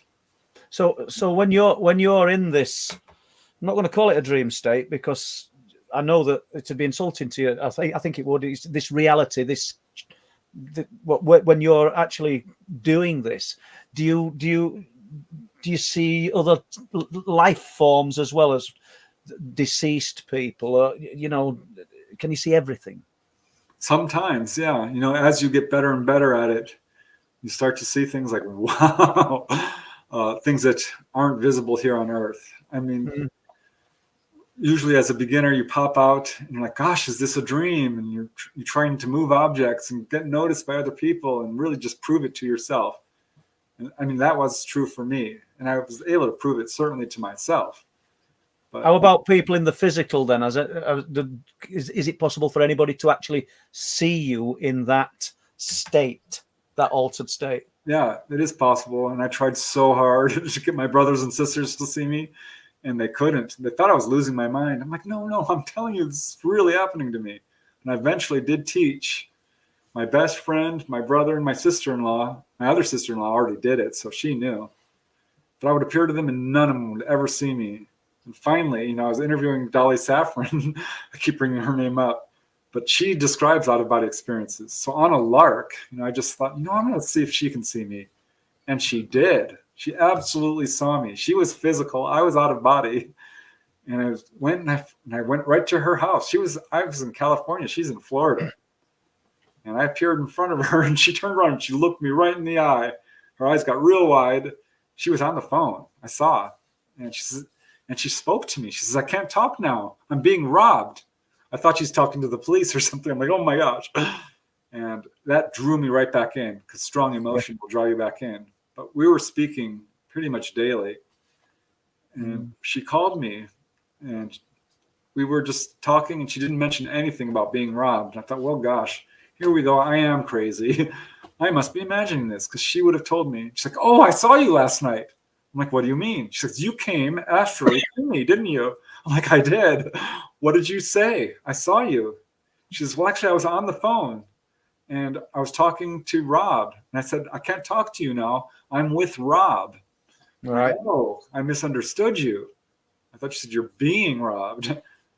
It's fascinating. But yeah, she saw me. And darned if 1 week later I wasn't in bed when my room lit up with light. I'm like, oh no, what's going on? I opened my eyes and she was standing next to my bed smiling with this golden aura. I'm like, oh, full color apparition. She's like, turnabout's fair play. You did it to me, I'll do it to you. It's fascinating. Honestly, it truly is. And I dare say there's going to be people in chat that go, no, that can't happen. But the same Try people. I dare you. Well, the point, seriously, Preston, I mean, I think everything's on the table when it comes to this subject. So I wouldn't knock anything that you're saying. But I'll tell you what I do want to do. He's here, he knows this. Can we do some more questions for the last 10 minutes, Preston? Yeah, I was having an out of body experience there, Paul, and you was going to say to me, yeah. So I've got to come in with a question from Ian Linney, and Ian is asking, Preston, have you had any reports of beings that are see-through, like the film The Predator? Not like the film Predator, no. I have talked to people who've seen grays that looks transparent, or spirits. Certainly that's much more common when someone perhaps sees a relative and they can see through it. Sometimes it looks totally solid though. So, but it's in terms of something that's cloaked and like water and transparent, and no, I've never heard of, I don't think I've even read a credible account of that. I would have to scour the literature because I'm sure there's something out there like that. I think Jan Maccabee, Bruce Maccabee's wife, claims that she'd seen something similar when she were in a hunting stand. Oh, wow. Yeah. Because I mean, there's a lot of stuff out there. Nature spirits, little people in every culture. It's not all ET by any means.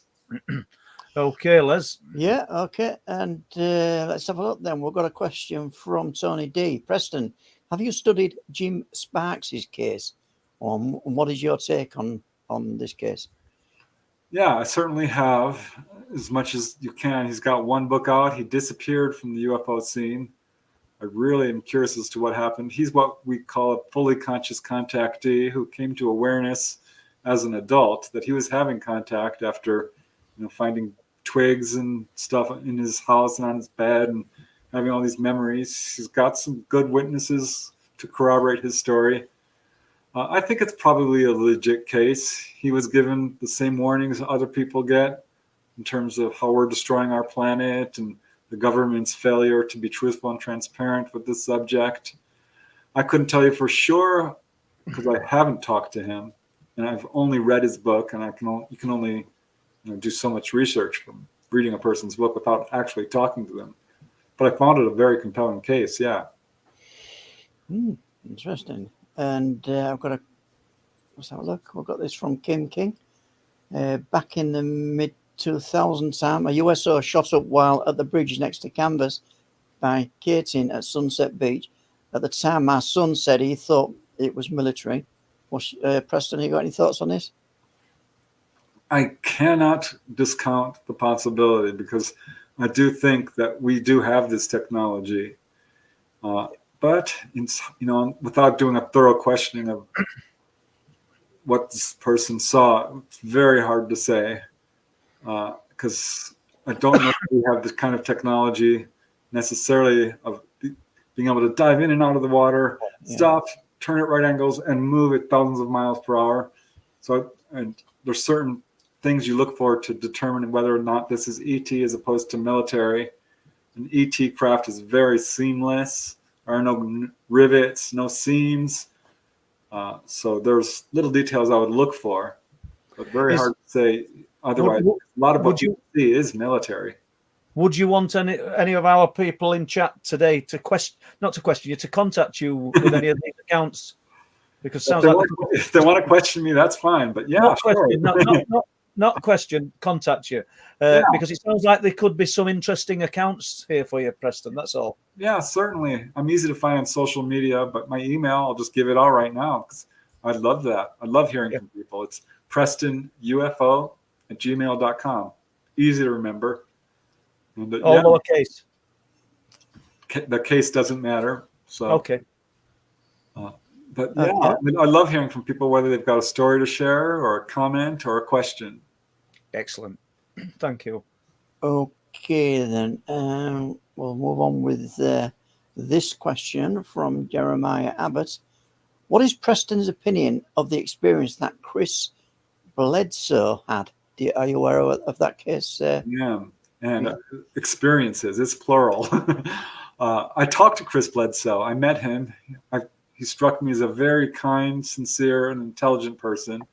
He was, I'm familiar with this case because he was healed of Crohn's disease and had an encounter where his son was there and I think 3 family friends where they all saw UFOs. Some saw the ETs. I think they all did. He had missing time, Chris, for I think it was a number of hours and was cured of Crohn's disease, which had essentially crippled him, totally handicapped him to the point where he was taking volumes of medication and didn't take any medication after that and was cured basically instantly of Crohn's disease, a very serious condition for him, certainly. Yeah. I find it a very compelling case. It's an interesting case, too, because it's got some very strong spiritual aspects to it. I'm not sure he has the complete recall of what's going on. A lot of it's shrouded in missing time, and there's some aspects of it I'd really like to dive a little deeper into to understand. Because he put out a book called UFO of God. And I'm like, wow, this is different from a lot of cases. But yeah, I think he's a legitimate contactee. Okay, I've got a question here. And what's Preston's view on I think it was a documentary film, They Live? I don't know if you've seen it. Suggesting they are already here and walk among us. John Carpenter's They Live. It was an interesting movie. It's kind of a horror movie, but I thought it was fascinating because if you put on sunglasses, you can see who's alien or who's not. I thought that was interesting. But no, I don't think it's nonfiction by any means. It's an interesting question because people are like, are ETs among us? Well, we're ETs, essentially. All as human beings. I don't think we evolved here. And if you look at the ET phenomenon, I'll use that in quotes kind of because the contactees are getting the message. We are you, you are us, we are one. All these ETs are essentially humanoid. And the message people keep on getting is we share a common heritage. So yeah, I think there are people walking around who might be full on ET and have complete, separate lives that we're not aware of in terms of living with the ETs and visiting here periodically. I don't know. This is a hard question to answer because I don't have any really good cases of that where I've talked to someone who's like, well, I'm an ET and can prove it. Okay, yeah. Yeah, I think there probably are many cases we talked about it, of them among us. Okay, then we'll just put some of these on the screen. Blue Shift is saying it's a top show. Thank you, tonight. Yeah, top show. Good to see you here. Yeah, and let's have a look. There's a good one, Preston. You might like to read that one yourself. Oh, no, I'm not going to read that. No, don't make me do that. Thank you. Thank you, Blue Shift. All appreciated, and we're really glad that you've enjoyed the show tonight. What's this? Preston has a channel on YouTube I listen to regularly, said Tino. Yeah, which you do. Yeah, I put out my research because not everyone had the time to read books or can't afford it. So. Yeah, and similarly. Hold on, Les. What is the YouTube channel? Have you give us that, Preston? Yeah, we'll go in the show's description. Okay, fair enough. Yeah, if it's not already in there, I'll put it in there. But thanks for reminding me. And let's have a look then, see if there's any more. Someone's actually just come into the stream. They're a little bit late. Oh well, not too worry. I think. Let's have a look then. We've got Madeline Wick. Thanks for your monetary donation tonight, and thanks for all the monetary donations tonight. Always helps the show trickle along, doesn't it, Paul? Well, that's fabulous, and I'm just thankful that Preston's been here because I've not had to do anything. He's just, I said right at the beginning, is the UFO gift that does not stop giving because you've got so much information contained in there, Preston. It's just absolutely brilliant, and thank you. I don't think we originally told you that we was really going to run 5 hours, Preston. We was going to do 5 hours. But, we kept it manageable because we know you've got to have your lunch and all that. So, yeah. And what time, whereabouts are you residing, Preston? Yeah, well, right now it's 4 p.m. for me, or just about. So I've already had lunch. Oh, yeah. Yeah, I'm on the East Coast. I used to be in California, but I had to escape LA. I couldn't take it anymore.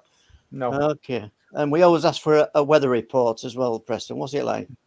Well, it's starting to get spring-like, but the cold just keeps clinging. It's a little gloomy and rainy out. Well, not quite rainy. Rained last night. But, as far as I'm concerned, it's been great. So a bit of self-promotion here. I think we've got your book on screen, Preston. If you just want to talk a little bit about that, and we've only got a minute or so left on the show.